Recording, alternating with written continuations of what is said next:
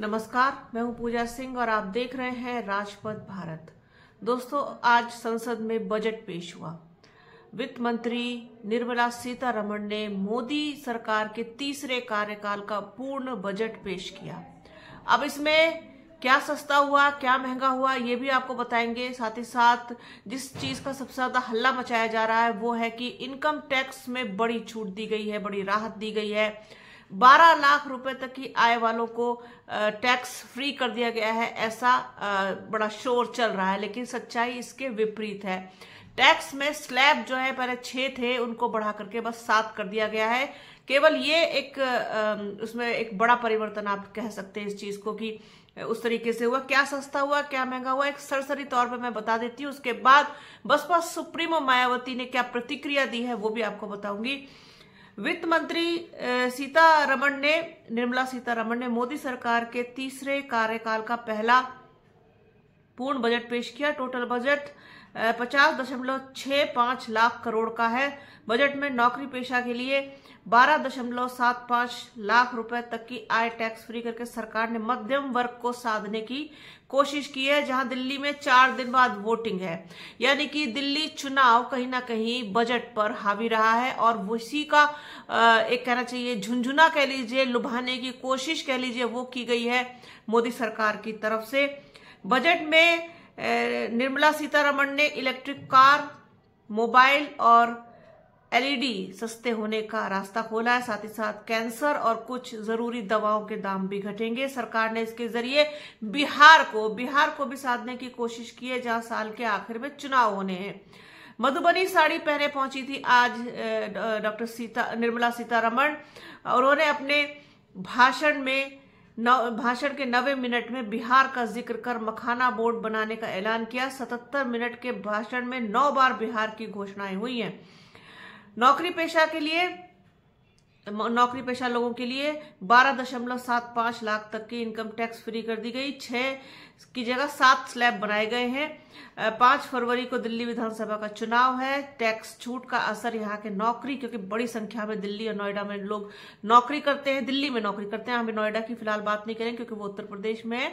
दिल्ली में बड़ी संख्या में नौकरी पेशा लोग रहते हैं, तो उनको लुभाने के लिए आप ये समझिए कि एक जो है सरकार ने ये एक लॉलीपॉप थमाया है। 63% पुरुष और 83% महिलाओं हैं यहाँ पर नौकरी वाले।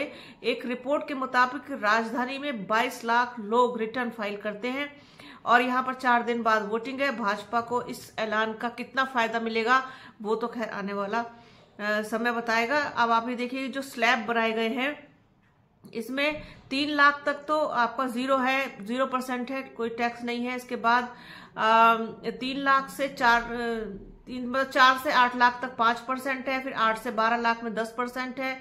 फिर 12 से 16 में 15%, 16 से 20 लाख तक में 20%, मतलब इतना टैक्स आपको देना है। इसके बाद 20 से 24 में 25%, फिर 24 से ज्यादा के लिए जो है वो 30% है। ये है इनका पूरा जो है वो गणित है। और एफडी पर मिलने वाले जो ब्याज था 50,000 का, वो टीडीएस नहीं लगाया जाता था। अब इसको बढ़ाकर 1 लाख कर दिया गया, यानी किसी डिपॉजिट पर अगर 1 लाख ब्याज मिल रहा है तो उन्हें टीडीएस नहीं देना होगा। 10 करोड़ से ज्यादा बुजुर्गों को इसका फायदा होगा, ऐसा कहना है। नेशनल सेविंग स्कीम खाते से 29 अगस्त 2024 के बाद निकाली गई रकम को टैक्स के दायरे से बाहर कर दिया जाएगा। अब महिलाओं के लिए 2 करोड़ तक का टर्म लोन है। 5 लाख SC/ST महिलाएं जो पहली बार एंटरप्रेन्योर बनी हैं, उनको अगले 5 साल में 2 करोड़ तक का टर्म लोन दिया जाएगा। आंगनबाड़ी योजना के तहत देश भर में 8 करोड़ से अधिक बच्चों और 1 करोड़ गर्भवती महिलाओं को पौष्टिक भोजन दिया जाएगा। महिलाओं के लिए मिशन शक्ति योजना को 3,150 करोड़ का बजट दिया गया है। बेटी बचाओ बेटी पढ़ाओ, नारी अदालत, महिला हेल्पलाइन, महिला पुलिस वॉलेंटियर योजनाएं, इन सबको भी इसमें रखा गया है। और इस तरीके की तमाम जो चीजें होती हैं इससे जुड़ी हुई वो हैं इसमें पूरे बजट में। तो कुल मिलाकर के जो कह रहे हैं लोग इसके बारे में कि इससे कुछ खास फायदा वो नहीं होगा, जैसा कि हर बार इनका रहता है बजट में एक लॉलीपॉप, एक झुंझुना दे दिया जाता है। जिस चीज से सबसे ज्यादा दिक्कत है लोगों को, जीएसटी से, उसमें कोई राहत किसी प्रकार की नहीं दी गई है। उसका बड़ा मुद्दा लोगों ने उठाया है। और अब बात करेंगे बसपा सुप्रीमो मायावती की। उन्होंने किस तरीके से इस बजट पर अपनी प्रतिक्रिया दी है। उन्होंने भारतीय जनता पार्टी को धन्ना सेठों की पार्टी बताया है, और जैसा कि वो इससे पहले भी हमेशा एक शब्द यूज करती हैं, धन्ना सेठ। धन्ना सेठों की पार्टी है भारतीय जनता पार्टी, और केवल धन्ना सेठों की ही चिंता। बहुत सारे लोगों ने सोशल मीडिया हैंडल के तमाम प्लेटफॉर्म्स पर लिखा भी है कि अंबानी और अडानी का बजट, जी हाँ, आम आदमी से दूर, गरीबों से दूर, और किस तरीके से जो है एक बहकाने की लोगों को कोशिश की गई है। और सब कुछ दिल्ली चुनाव, बिहार चुनाव के मद्देनजर सबसे ज्यादा अगर किसी को कुछ मिला है तो वो बिहार राज्य है। बिहार में सबसे ज्यादा लोगों के हाथ योजनाएं लगेंगी, सबसे ज्यादा बजट उन्हीं के लिए जो है वो पास होगा। पहले मैं आपको बताती हूँ कि कल बसपा सुप्रीमो मायावती ने क्या लिखा था बजट के पहले दिन। लोकसभा चुनाव के बाद संसद के पहले बजट सत्र के उद्घाटन में माननीय राष्ट्रपति महोदया का अभिभाषण देश में जबरदस्त महंगाई, गरीबी, बेरोजगारी, जीएसटी, कर बोझ, घरेलू बजट में कमी आदि से त्रस्त करोड़ों गरीब, मेहनत कश व मध्यम वर्ग बहुजनों हेतु राहत व उम्मीद तो दूर, सांत्वना वाला भी कम। केंद्र की नीति मुट्ठी भर बड़े बड़े पूंजीपतियों व धन्ना सेठों की संख्या बढ़ाने व उन्हें हर प्रकार का लाभ पहुंचाने की बजाय गरीब, मजदूर, किसान, मध्यम वर्ग आदि बहुजनों का दुख दर्द मिटाने पर केंद्रित होना जरूरी, तभी आगे जनहित संभव। सर्व जन हिताय व सुखाय के बिना देश हित अधूरा। ये उन्होंने कल लिखा था बसपा सुप्रीमो मायावती ने। आज उन्होंने एक्स पर क्या लिखा है वो आपको बताती हूँ। आज उन्होंने लिखा है कि देश में महंगाई, गरीबी, बेरोजगारी की जबरदस्त मार के साथ ही सड़क, पानी, शिक्षा, सुख शांति आदि की जरूरी बुनियादी सुविधाओं के अभाव के कारण लगभग 140 करोड़ की भारी जनसंख्या वाले भारत में लोगों का जीवन काफी त्रस्त है, जिसका केंद्रीय बजट के माध्यम से निवारण होना जरूरी। किंतु वर्तमान भाजपा सरकार का भी बजट कांग्रेस की तरह ही राजनीतिक स्वार्थ का अधिक व जन एवं देश हित का कम लगता है। अगर ऐसा नहीं है तो इस सरकार में भी लोगों का जीवन लगातार तंग, बदहाल व दुखी क्यों? विकसित भारत का सपना बहुजनों के हित का भी होना चाहिए। जी हाँ, उन्होंने बहुजन हित की बात की है यहाँ पर। और साथ ही साथ जिस तरीके से पूंजीपतियों के लिए जो काम कर रही है सरकार, पूंजीपतियों का एक कहना चाहिए कि बजट भी कह लीजिए इसको, और पूंजीपतियों की सरकार कह लीजिए। पूंजीपति यानी धन्ना सेठ, जो जिस तरीके से बसपा सुप्रीमो मायावती हमेशा लिखती है, वो उन्होंने उसी तरीके से आज भी लिखा है।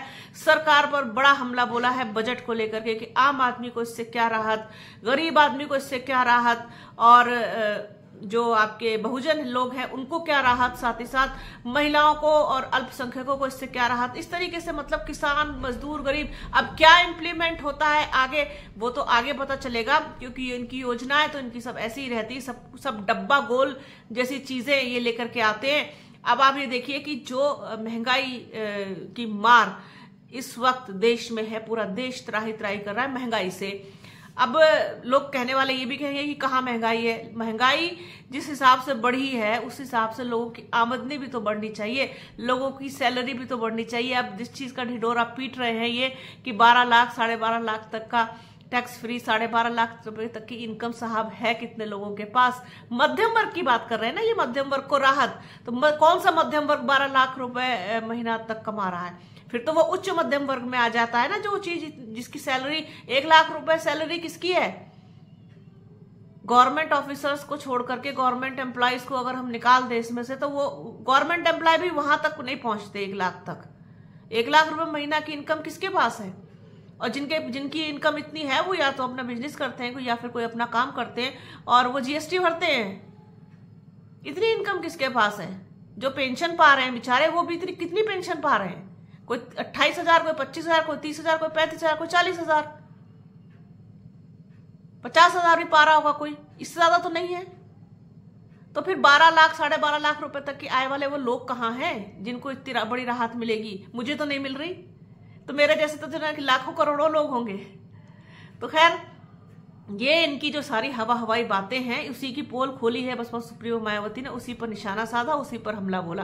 कांग्रेस की भी बड़ी प्रतिक्रिया आई है। राहुल गांधी ने इसे जो है बड़े उस तरीके से मतलब डिस्क्राइब किया। उन्होंने कहा है कि ये बजट जो है घावों पर बैंडेड लगाने जैसा है। बैंडेड मतलब मरहम पट्टी भी बाकायदा नहीं, ड्रेसिंग भी बाकायदा नहीं, सिर्फ बैंडेड लगा दिया। जख्म पर घाव पर, उस तरीके का ये बजट है मोदी सरकार का। तो हमेशा की तरह कोई बहुत लुभावना या बहुत कहना चाहिए कि जनहित वाला बजट आप भी सोचिए। मैं आपको मतलब अपने परिवार की ही बताती हूँ, जो हम मेरी माँ जो दवाइयाँ खाती हैं, ब्लड प्रेशर की दवा हो गई और जो दूसरी ज़रूरी दवाइयाँ हो गई या फिर शुगर की दवाइयाँ हो गई, डायबिटीज़ की, ये इतनी ज़्यादा इनके दाम बढ़े हैं साल दर साल। मैं आपको बता, साल भी छोड़िए, हर तीसरे महीने दाम बढ़ जाते हैं। तो क्या उन दवाइयों को भी सस्ता किया है गवर्नमेंट ने? उन दवाइयों के बारे में कुछ सोचा है? मेरे ख्याल से नहीं, क्योंकि इसमें सिर्फ कुछ दवाइयों का जिक्र किया गया है, बाकी और कुछ नहीं है इसमें। जितनी ये बात करते हैं वो सब हवाई बातें हैं सारी। तो ये जो है ये सब कुछ भी एक झुंझुना देने जैसा है। तो उस पर बसपा सुप्रीमो मायावती की जो प्रतिक्रिया आई है वो मैंने आप लोगों के साथ शेयर की। तो बने रहिए हमारे चैनल के साथ। हमारे चैनल को लाइक कीजिए, शेयर कीजिए, सब्सक्राइब कीजिए, बेल आइकन घंटी जैसी आकृति जरूर दबाइएगा, जिससे कि आने वाले वीडियो का नोटिफिकेशन आपको मिल सके। वीडियो को प्लीज पूरा देखिएगा, ज्यादा से ज्यादा शेयर कीजिएगा। अपना और अपनों का बहुत ख्याल रखिए। जल्द मिलूंगे आपसे एक नए वीडियो में, एक नए मुद्दे के साथ, एक नई चर्चा में। तब तक के लिए जय हिंद।